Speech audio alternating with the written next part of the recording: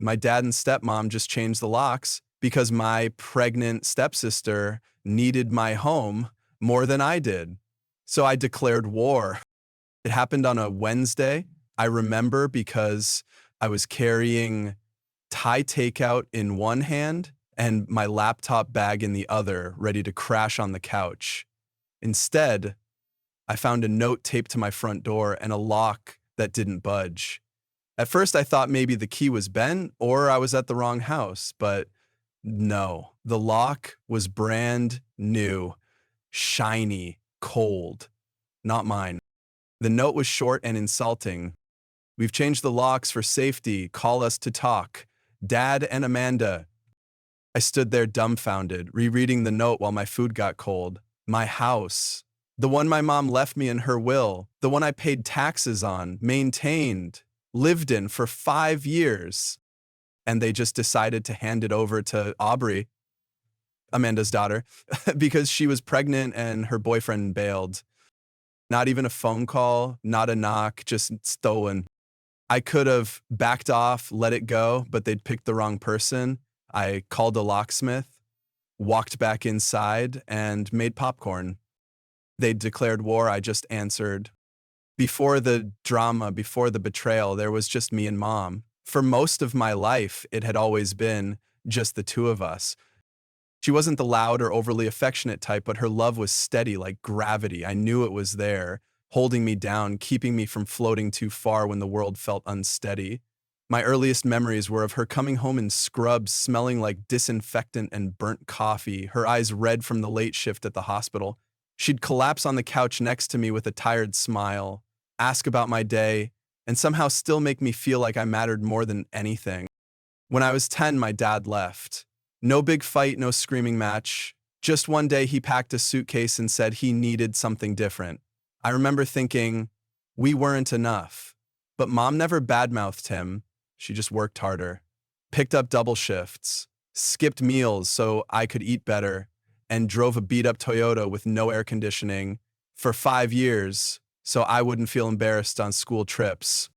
That house, the one she left me, didn't come easy. I remember the nights she sat at the kitchen table with bills spread out like a war plan. She had this little notebook where she tracked every penny. I used to draw superheroes in the margins while she crunched numbers, trying to stretch a single paycheck across the impossible. That house was her prize, the one thing she could pass on to me that wasn't struggle. We moved in when I was 17. It wasn't fancy, just 3 bedrooms, creaky floors, and a lawn that never grew evenly. But to us, it was everything. I still remember the smell of fresh paint and how we danced in the empty living room that first night with pizza and paper plates. That night, she said, "This place will be yours someday, Derek. I want you to feel safe here always." College wasn't in the cards for me right away, not with medical bills and the mortgage, so I worked. Stocked shelves during the day, and waited tables at night. Mom kept telling me, "You'll get your shot. Derek, you're not stuck. This is temporary." And I believed her. Because when she said something, it wasn't just hope. It was a fact. She'd wake up early on Sundays and cook pancakes even after a 12-hour shift.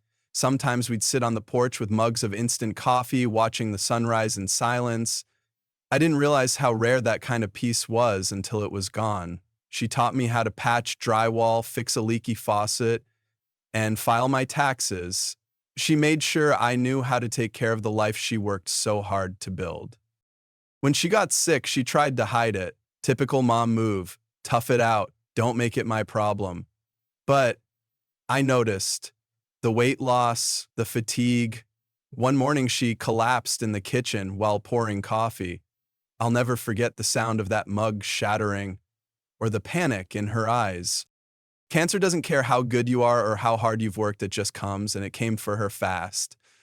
She made me promise one thing while she was still strong enough to talk in full sentences. "Don't let anyone take this house from you." I remember how fiercely she gripped my hand, how her voice cracked. "This house is yours, Derek. I built this life so you'd have something steady when I'm gone." It wasn't just about walls and windows, it was about her sacrifices, her love, her legacy. When she passed, I didn't cry at the funeral, Not until I came home and stepped into that kitchen, the same one she collapsed in, and saw her old coffee mug still on the drying rack. That's when it hit me. She was really gone. But I kept going. Fixed the roof myself when it leaked. Mowed the lawn every Sunday like she used to. I even planted those dumb marigolds she loved along the front porch, even though I hated the smell. That house kept me grounded. It reminded me who I was and where I came from. It gave me peace when everything else was chaos. And more than that, it kept her close. I still remember the little rituals, the way she'd iron my shirts before job interviews, even when her hands were shaking from the meds. The time she surprised me with a second-hand leather jacket I'd once mentioned in passing, saying, "Every man needs a good jacket, makes you stand taller." I wore that thing until the seams gave out. On Christmas Eve, even when money was tight, she'd save up to buy one real gift. Not something practical, but something I wanted. One year it was a record player. I'd forgotten I'd even mentioned liking vinyl. She never did. We weren't rich, we weren't perfect, but we were solid. That house held more than furniture and drywall. It held memories, love, laughter, grief. Every crack in the wall had a story. Every creak in the floor was part of our rhythm. So when people ask why I'm so stubborn about that place, why I wouldn't just move out or make room for someone else, especially someone who's never paid a single bill in her life, I don't waste time explaining. If they'd lived my life, they wouldn't ask. They'd understand. Looking back, the warning signs were always there. I just didn't want to see them.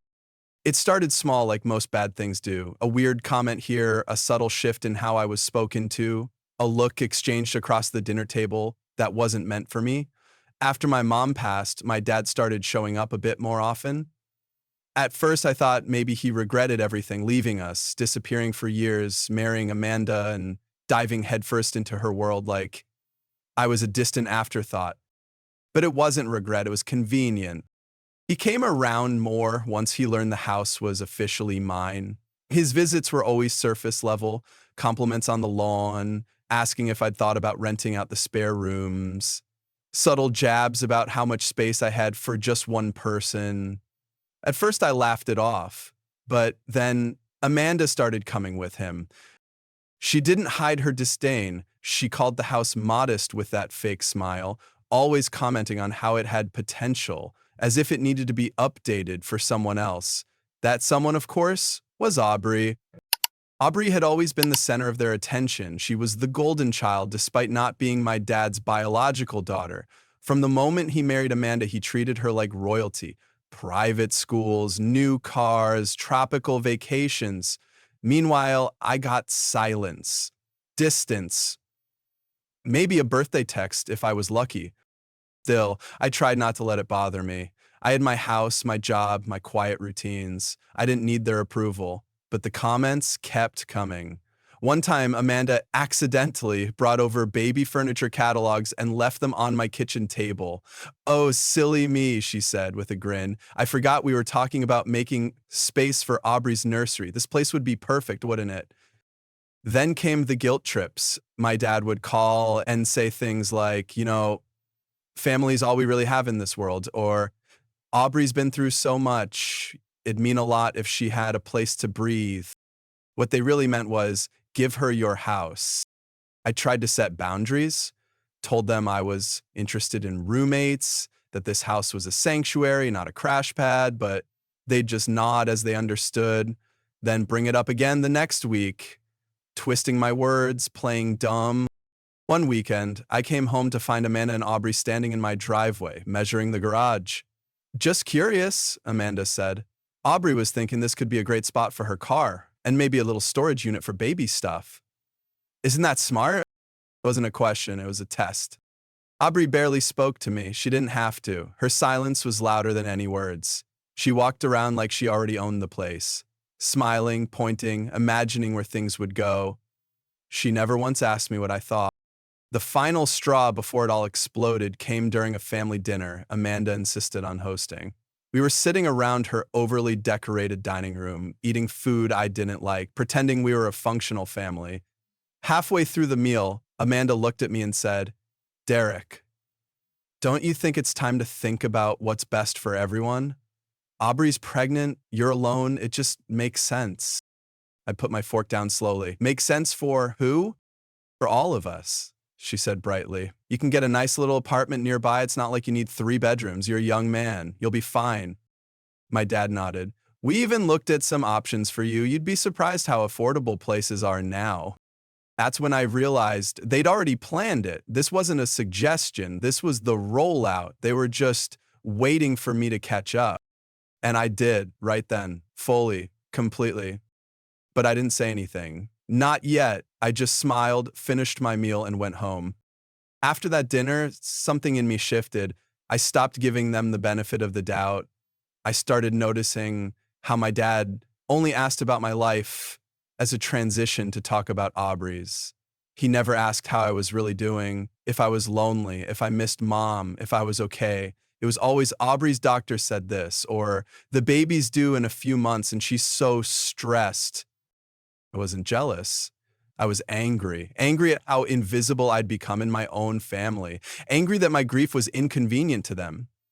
Amanda once had the nerve to suggest that maybe I was holding on too tightly to the house because I hadn't properly processed losing my mother. No, Amanda, I processed it just fine. I processed it every time I mowed the lawn with tears in my eyes, every time I fixed a broken step she used to nag me about, every night I fell asleep in the room where she used to read medical journals with a nightlight on. They acted like my memories were a liability, like my attachment was irrational. But you know what? That house was the only place I ever felt truly safe. And they wanted to strip it away from me like I was some squatter overstaying my welcome.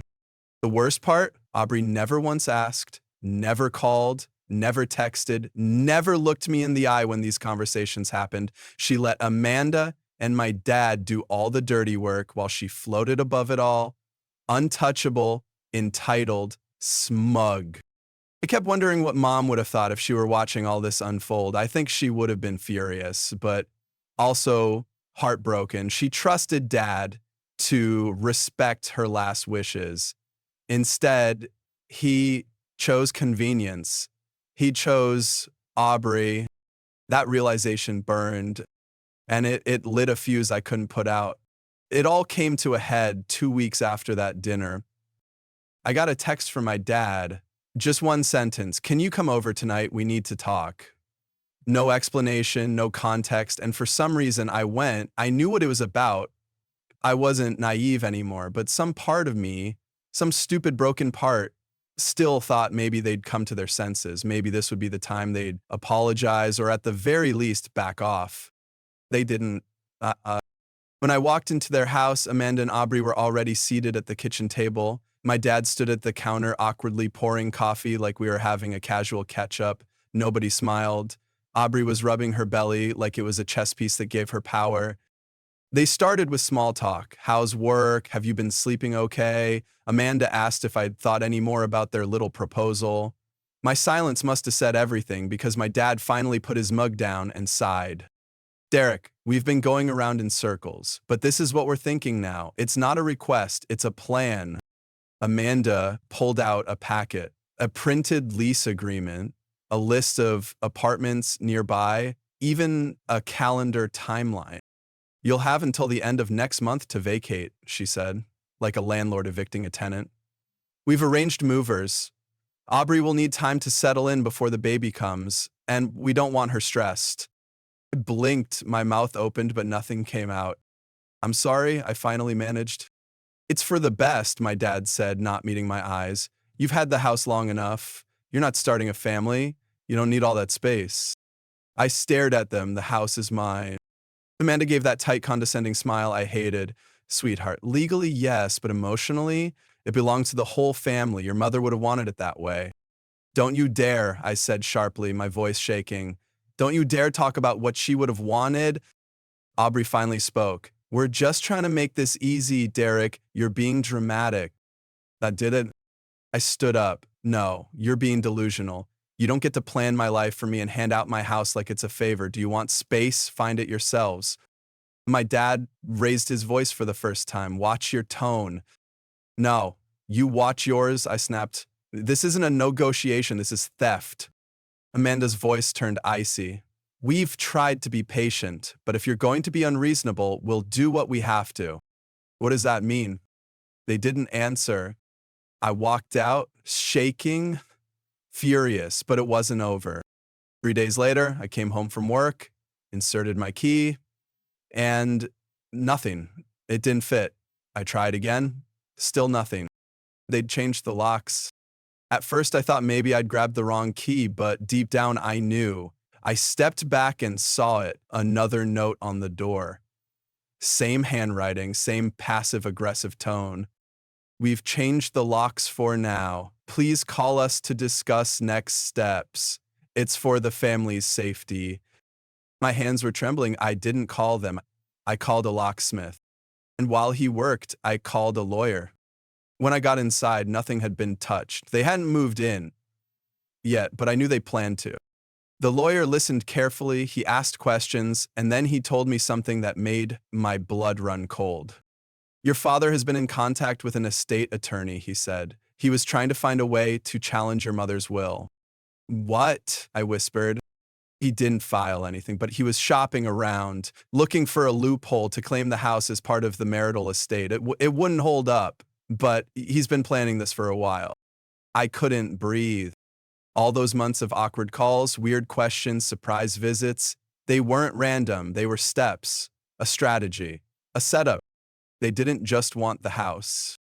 They wanted to erase me from it.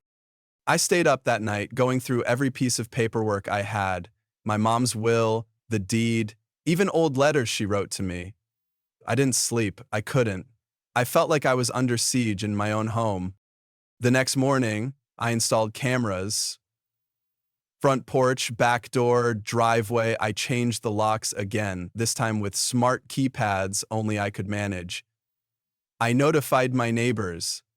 I told them if they saw anyone trying to enter, they should call the cops immediately. But even then, the anxiety never left. Every creak in the floor made me think someone had snuck in. I started leaving lights on at night. I slept with my phone on my chest. I wasn't just defending a house anymore. I was defending my mother's legacy, my childhood, my right to exist without being trampled by people who claimed to love me. And then came the most brazen move yet. A week later, my dad showed up unannounced, as usual, but this time he wasn't alone. He brought a realtor. I opened the door to find him smiling awkwardly, the realtor standing beside him with a clipboard. I thought we could just look at a few options, he said. No pressure. I didn't even let them inside. I slammed the door. That was it. I filed for a restraining order. I submitted the legal documents proving I was the sole inheritor. My lawyer sent them a cease and desist letter warning them of legal action if they attempted entry again. That's when the messages started. Voicemails from Amanda sobbing, accusing me of tearing the family apart. Texts from Aubrey saying I was abandoning a pregnant woman in need. Even my dad, who had been silent for weeks, left a voicemail saying I was breaking his heart. They tried every angle, guilt, shame, manipulation, but they never apologized. Not once. They didn't care about me. They cared about winning. They thought I'd fold under pressure, that I'd want peace more than principle, but this wasn't just about peace. This was about dignity, about justice. And I wasn't backing down. After hearing what the lawyer told me, I sat in my living room for what felt like hours, staring at the walls. These were the same walls my mom painted, the ones she scraped and patched and cared for with her own tired hands. And now the man who once promised to protect us was trying to rewrite history just to serve someone else. Wasn't just angry, I was betrayed in a way that didn't have words. How do you explain the feeling of your own blood trying to erase you? Or watching your childhood be picked apart and reassigned like some family heirloom no one asked to borrow? I thought about calling him, thought about screaming into the phone and demanding answers. But I didn't, because deep down I already knew. He didn't see me as his son, not really. I was just a loose end, a problem to be managed. I stood up, walked to the kitchen, and opened a drawer where I kept all of Mom's handwritten notes, grocery lists, reminders, a sticky note that just said, "Love you, be safe." I held it for a long time, and then I got to work. If they wanted war, I'd give them one they'd never forget. The days that followed were quiet, too quiet. You'd think that silence would feel like peace, but it didn't.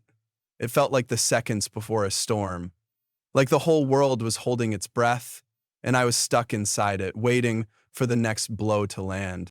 I stopped sleeping, not because I couldn't, but because I didn't want to. Every time I closed my eyes, I saw their faces.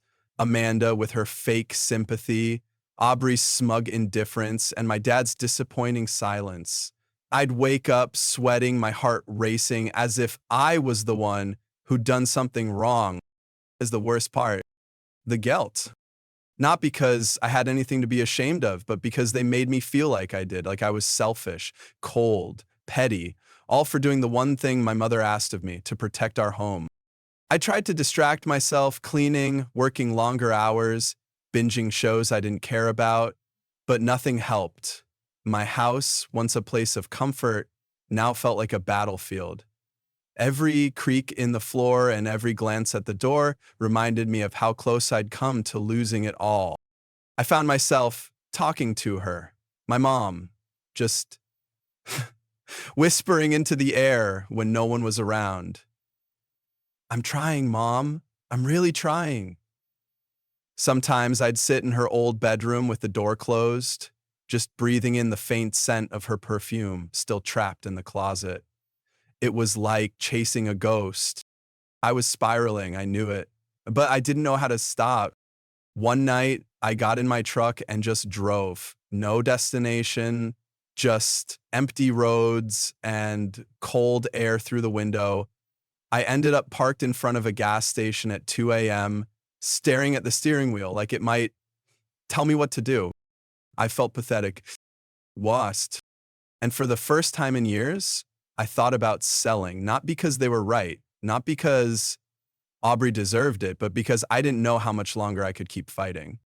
I was tired of feeling like the villain, tired of defending something that shouldn't need defending, tired of hoping my father might wake up and see me again, not as a roadblock, but as his son. That night, I typed out a text to him, "You win, take the house." I stared at it for 10 minutes. My thumb hovered over the send button, and then I deleted it. Because no matter how worn down I felt, this wasn't just mine. It was hers, my mom's. And I wouldn't throw it away just to make someone else's life easier. But I needed help. I couldn't keep going like this, pretending to be strong while breaking apart at the seams. So I called Hannah. She was an old friend from high school, someone I'd lost touch with but never fully forgotten. We'd reconnected recently over social media. She lived nearby now and worked in nonprofit housing, of all things. When she picked up, I didn't even say hello, just, "I think I'm losing my mind." She showed up 30 minutes later with soup, a blanket, and the kind of silence that made space instead of pressure. She didn't ask for details right away, just sat with me on the porch while I tried to remember how to breathe. Eventually the words came. I told her everything, every betrayal, every insult, every panic attack and almost text I didn't send. When I finished, she didn't say much, just looked me dead in the eye and said, "You're not crazy, you're grieving, and you're being hunted by people who are supposed to love you." That broke me. I cried for the first time in months.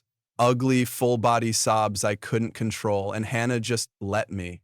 No judgment, no be strong, just presence. That night changed everything. It didn't fix me, but it reminded me I wasn't alone. And sometimes that's all it takes to keep going. Over the next few days, Hannah checked in constantly. She wasn't intrusive, just there. Some evenings she'd swing by with groceries or we'd take walks in the neighborhood when the weather was nice. I started sleeping again. Not well, not deeply, but more than before. It was strange how something as simple as not being alone could make everything else feel survivable. One afternoon, I showed her the paperwork, Mom's will, the house deed, the letters from Amanda's lawyer. She combed through them quietly, carefully. "They've got nothing," she said at last. This is harassment dressed up in guilt. Hearing that from someone outside the storm changed something in me. It was like being handed armor.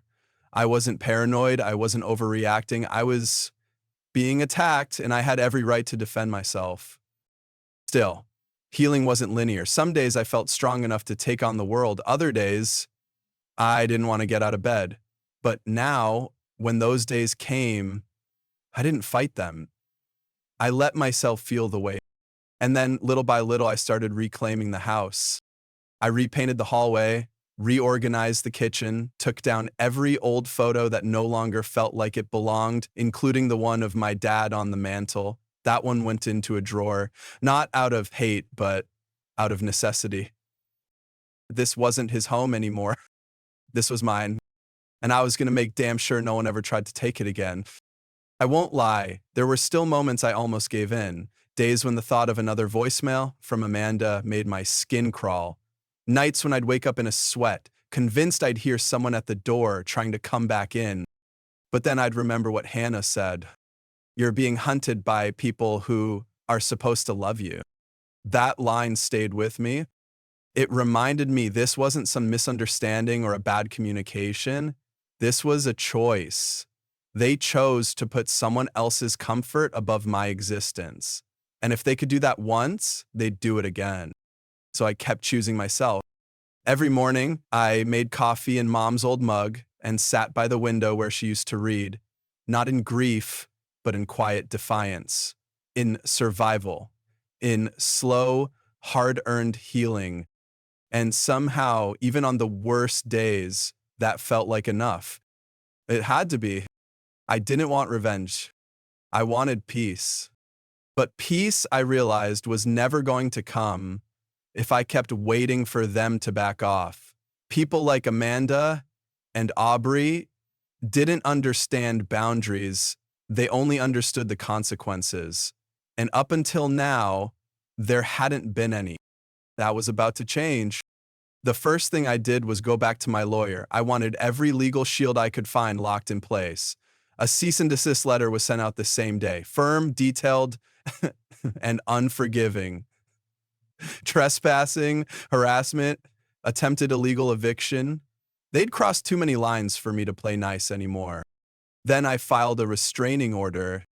It wasn't easy. The paperwork was a mess, and the courthouse reeked of fluorescent lights and fatigue, but walking out with that document in hand felt like breathing for the first time in weeks. I made copies, one for the house, one for my job, one for the police, just in case if they ever showed up again. I wanted zero confusion about what would happen next. Hannah helped me install a full security system, cameras, motion lights, the whole deal. It felt paranoid at first, like I was turning my house into a bunker, but after everything, it didn't feel excessive. It felt necessary. And then the moment I dreaded finally came. Amanda showed up again. Was in the garage fixing a busted cabinet door when I heard tires crunching on the driveway. I stepped outside and there she was, dressed in her usual smug, passive-aggressive Sunday best, Aubrey in tow, holding her baby like a prop. I didn't even let them speak. I walked straight to the front door, grabbed the folder marked legal, and handed Amanda a copy of the restraining order. You can't be here, I said, not anymore. Her mouth dropped open, like she couldn't believe I had the audacity to protect myself. Aubrey looked like she was about to cry, but I wasn't falling for it this time. You're being dramatic, Amanda spat. This is family business.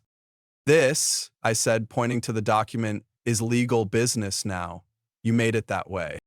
She started to argue, but I was already dialing the non-emergency police line on my phone. That shut her up fast. They left.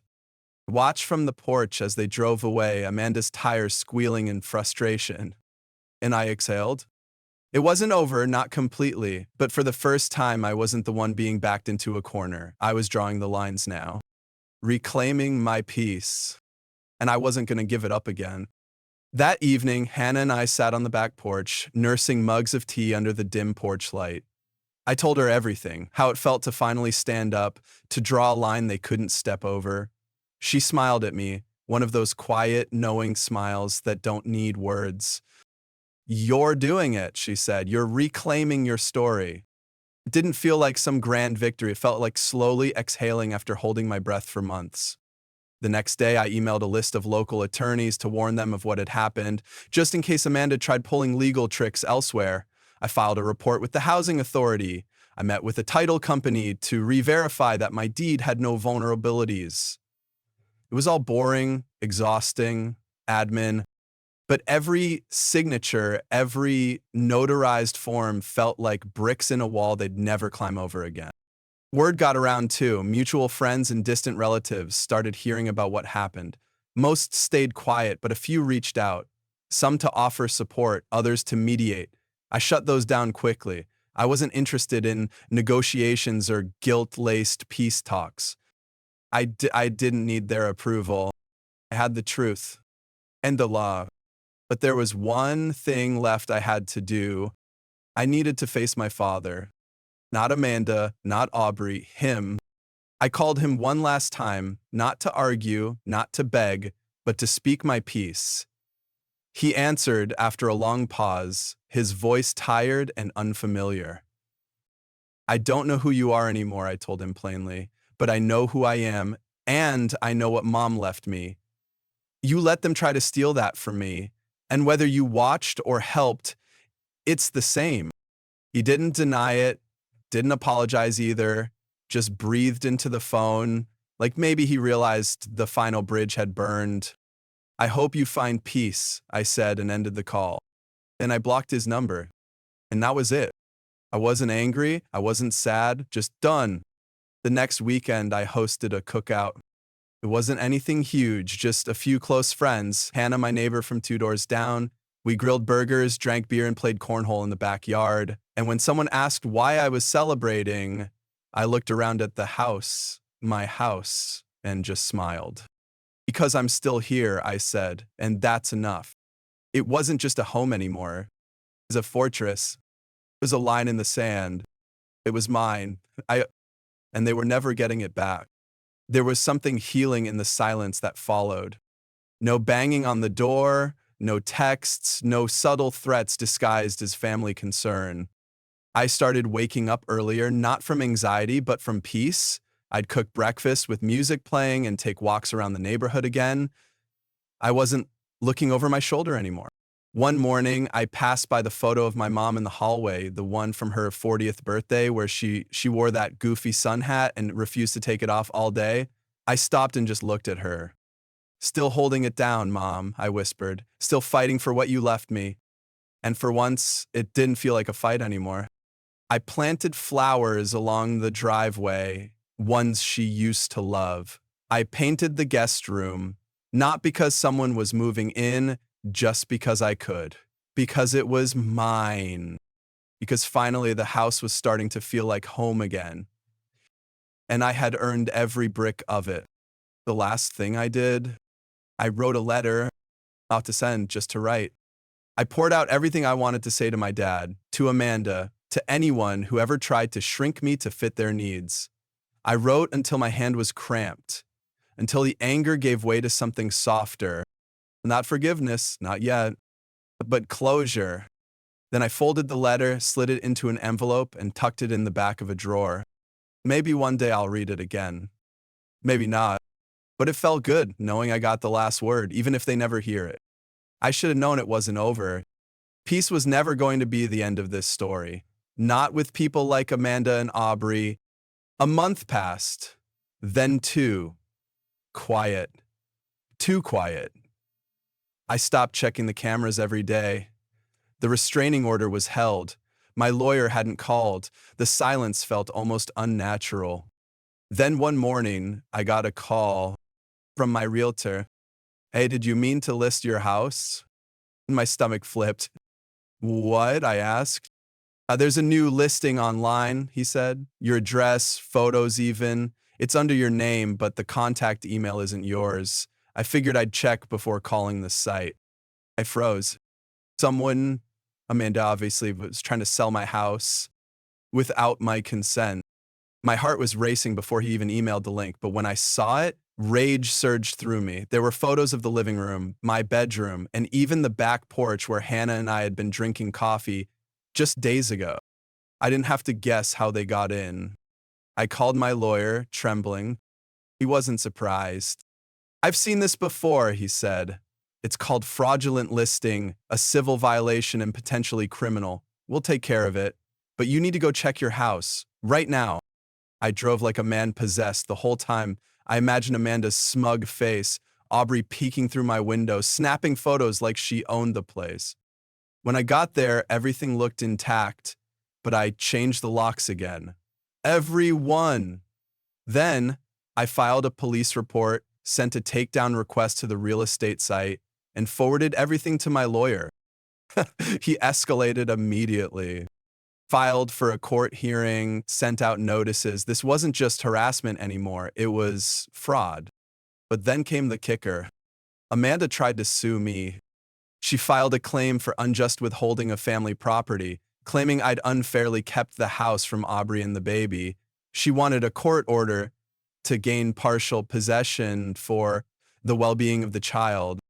It was audacious, desperate, and completely absurd.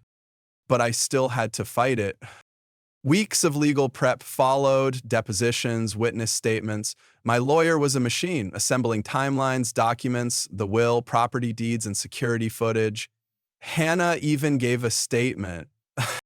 Amanda and Aubrey showed up to court like it was a school play, dressed up, smug, performative. Aubrey even brought the baby. The judge, not impressed. He grilled them. "Where is your name on this deed?" "It's not." "Was there any verbal agreement of cohabitation or ownership?" "No." "Do you have written proof of any contributions to mortgage, maintenance, or taxes?" "No, but that will be all."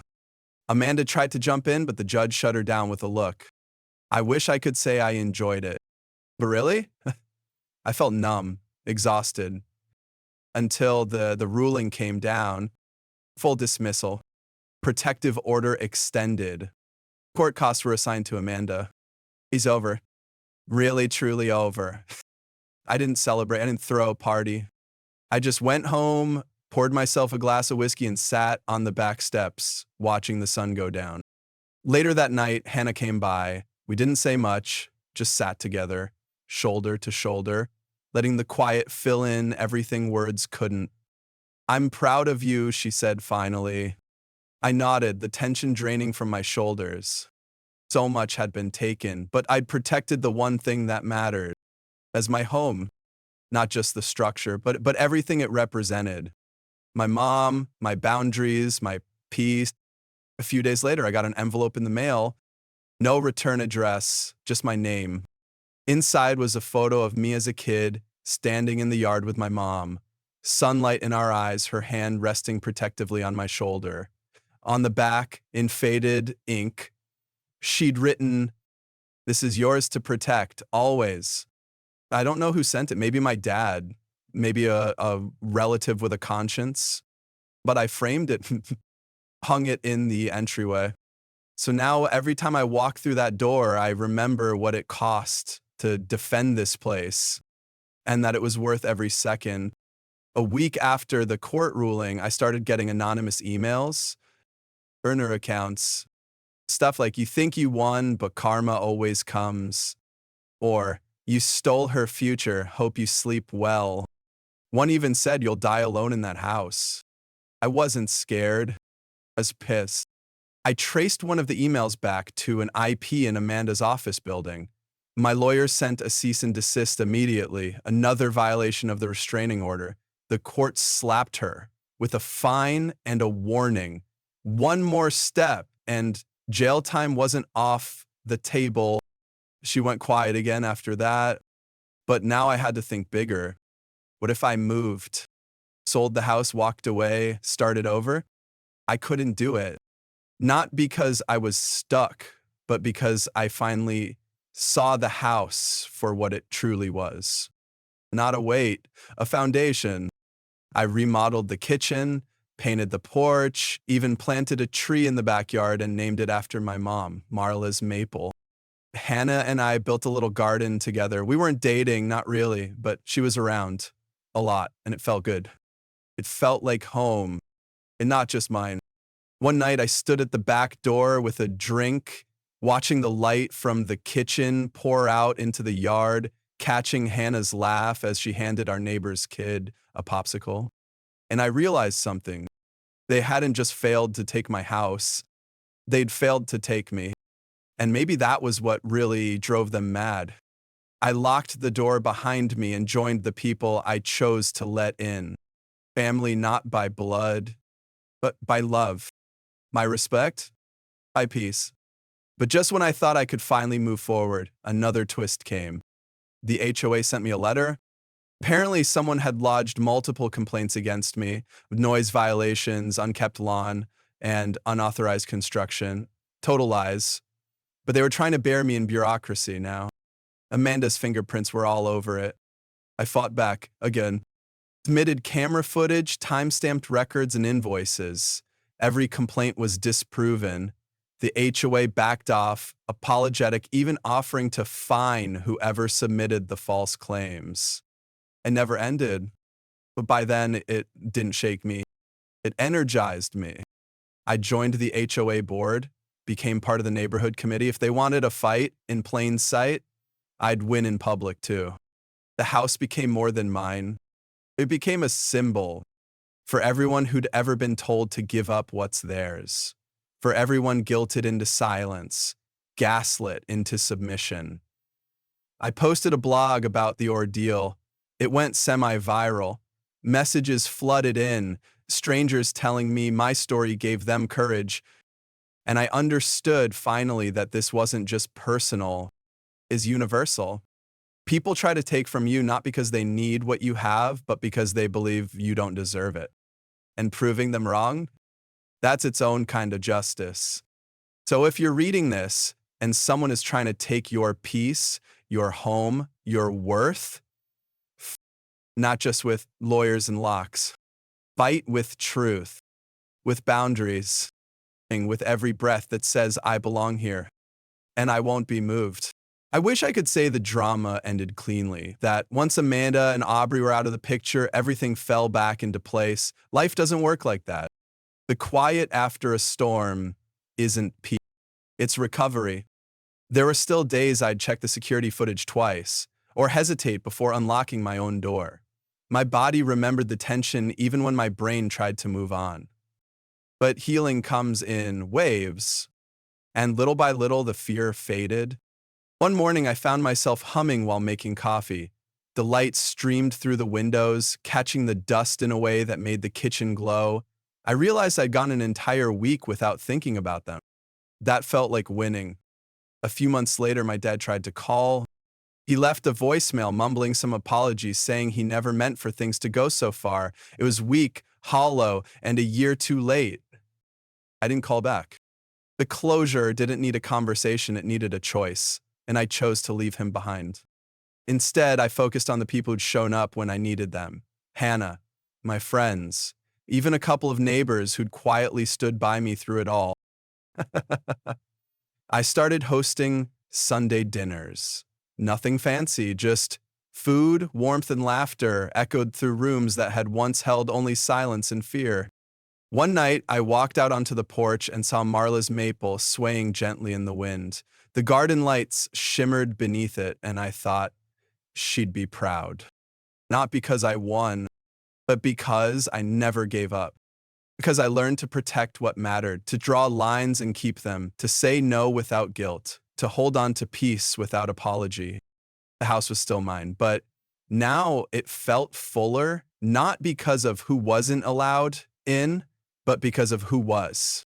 People who respected it, who respected me. And with time, something surprising happened. I started to feel safe, really safe.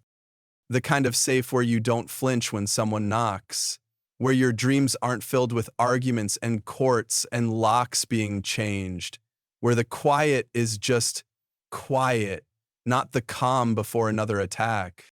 It took nearly a year, but one morning, I stepped out onto the lawn, barefoot, coffee in hand, and watch the sunrise without fear in my chest.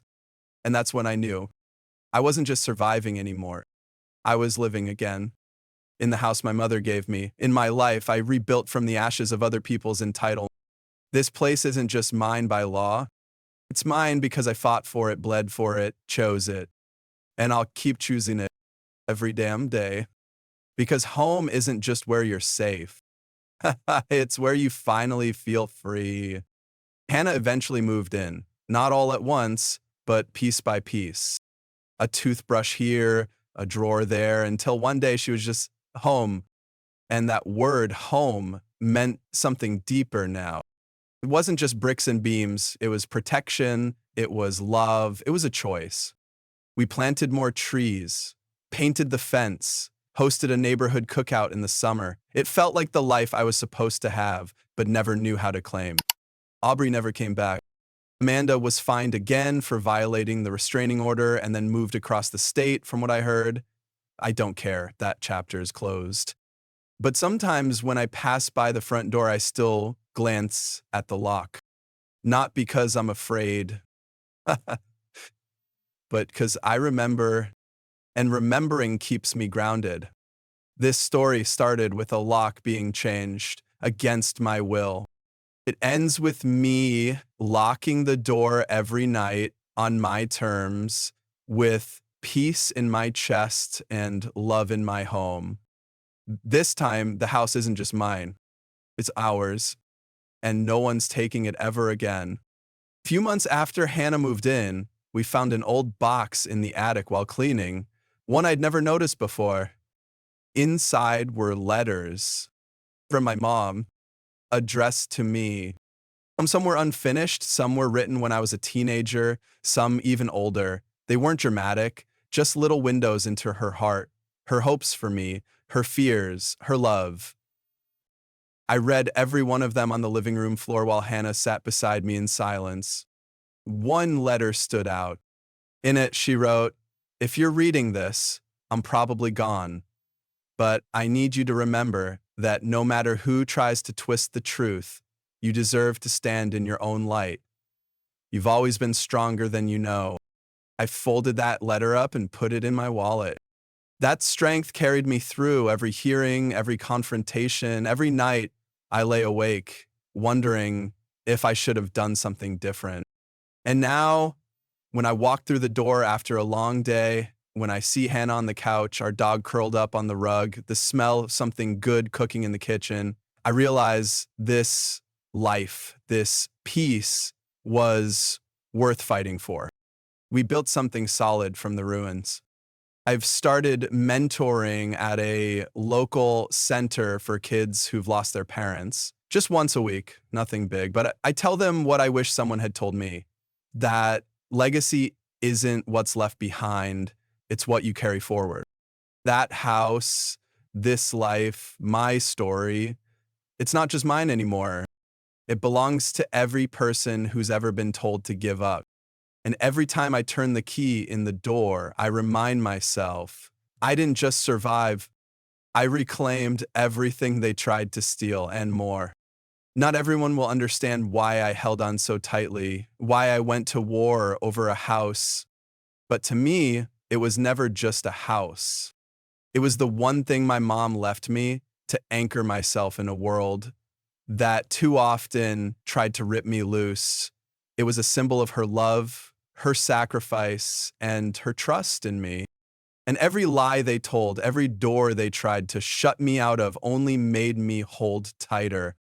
Because when the world tells you to surrender sometimes, the bravest thing you can do is stay rooted, to stand, to say, I belong here, and I'm not going anywhere. That's what I tell myself now. Every time I cross the threshold, every time I feel the warmth of this home wraps around me like armor. I won. But more importantly, I healed, and I'm never giving this up again. Looking back, I never imagined a house could become a battleground. I never thought love and betrayal could show up in the same faces, that the people meant to protect me would be the ones I had to defend myself against. But here I am, stronger, clearer, more certain of who I am and what I'll never tolerate again. It's strange how loss reveals the truth. My mom's passing left a hole in my life, but it also stripped away the illusions I'd clung to about my dad and about what family was supposed to mean. It showed me that a real family isn't defined by DNA or tradition. It's defined by respect, by choice, by the people who show up, not just when it's easy, but when it costs them something. In the beginning, I held on to the house because it was my mother's, a piece of her, a physical connection to the one person who'd truly seen me. But in the fight to keep it, I discovered something deeper. I wasn't just protecting her memory. I was protecting myself, my right to peace, my right to space, my right to say no and not have to justify it to people who never respected the yes either. And that's the heart of this story, really. Not just a house, not just locks, but boundaries, lines drawn in the sand that say this far and no further. I used to feel guilty for having those lines, for not being more forgiving, for not opening the door again and again just because they were family. But guilt is a weapon in the wrong hands. And once I let go of that guilt, I saw clearly that protecting my peace isn't selfish. It's survival. Now, when I look at the life I've built, the quiet mornings, the laughter in the kitchen, the freedom to just exist without waiting for the next shoe to drop, I feel proud. Not because it's perfect, but because it's mine. Every inch of it earned, claimed, defended. And the biggest lesson, you don't owe anyone access to your life just because they share your blood. Respect is earned, trust is built, and love, real love, never demands you disappear so someone else can shine. So to anyone out there being pushed, manipulated, guilted into silence, don't wait for permission to protect yourself. Draw your lines, lock your doors. Keep what's yours, not out of spite, but out of self-respect. And know this, you are not selfish for surviving. You are not cruel for choosing peace. You are not wrong for saying no. You are worthy of love that doesn't ask you to shrink. You are worthy of a home that feels like a sanctuary. And if you have to fight for it, because it's worth it, because you are. Some days I still wake up and half expect a knock on the door. Some part of me flinches, expecting chaos, but it never comes. And slowly I'm learning that safety doesn't mean forgetting the past. It means refusing to let it control you. I still keep that letter from my mom in my wallet. I read it sometimes when the world feels heavy, when I wonder if I was too harsh, when old wounds try to reopen. And every time her words bring me back to the center. You've always been stronger than you know. That strength lives in my decisions now. In every moment, I choose peace over chaos, self-worth over guilt, truth over illusion. I used to think I had to earn love. Being good meant being quiet, agreeable, small. But now I know better. I am not small. I take up space, and I have the right to protect that space from anyone who treats it like a gift they're entitled to unwrap. So, to anyone standing at the edge of a choice like mine, wondering if it's worth the fight, this is your sign. Stand firm, love fiercely, and above all, choose yourself. Because peace isn't something they'll hand you. It's something you claim. And once you do, Don't ever let it go. healing isn't linear either. There were days I felt invincible, sure of every boundary, proud of every choice. And there were nights I lay awake, wondering if I'd become too hardened, if pushing people away had become my default. But that's part of it too. You stumble, you reflect, you grow. There's no perfect roadmap for reclaiming your life, no guide for what to do when the very people who raised you are the ones you need protection from. I had to learn that strength doesn't always roar. Sometimes it whispers, sometimes it's choosing to stay silent during an argument you've already won. Sometimes it's walking away, not because you're weak, but because they don't deserve your energy anymore. I also learned something unexpected, that you can rebuild joy. You can laugh again, real, gut deep laughter, even after the people who hurt you swore you'd be bitter forever. I found myself laughing one afternoon while repainting the hallway. Hannah had gotten paint in her hair, and we were both a mess, dancing to some cheesy playlist while the sun spilled through the open windows. And I thought, this is what they tried to steal. Not just the house, but my light, my joy, my future. And they failed. Sometimes healing feels like defiance, like joy in spite of it all, like dancing in a house that was once a war zone, like choosing softness after being forced to go hard for so long. They say you can't choose your family. That might be true, but you can choose who has access to you. You can choose who you call home. And that's the greatest piece of all.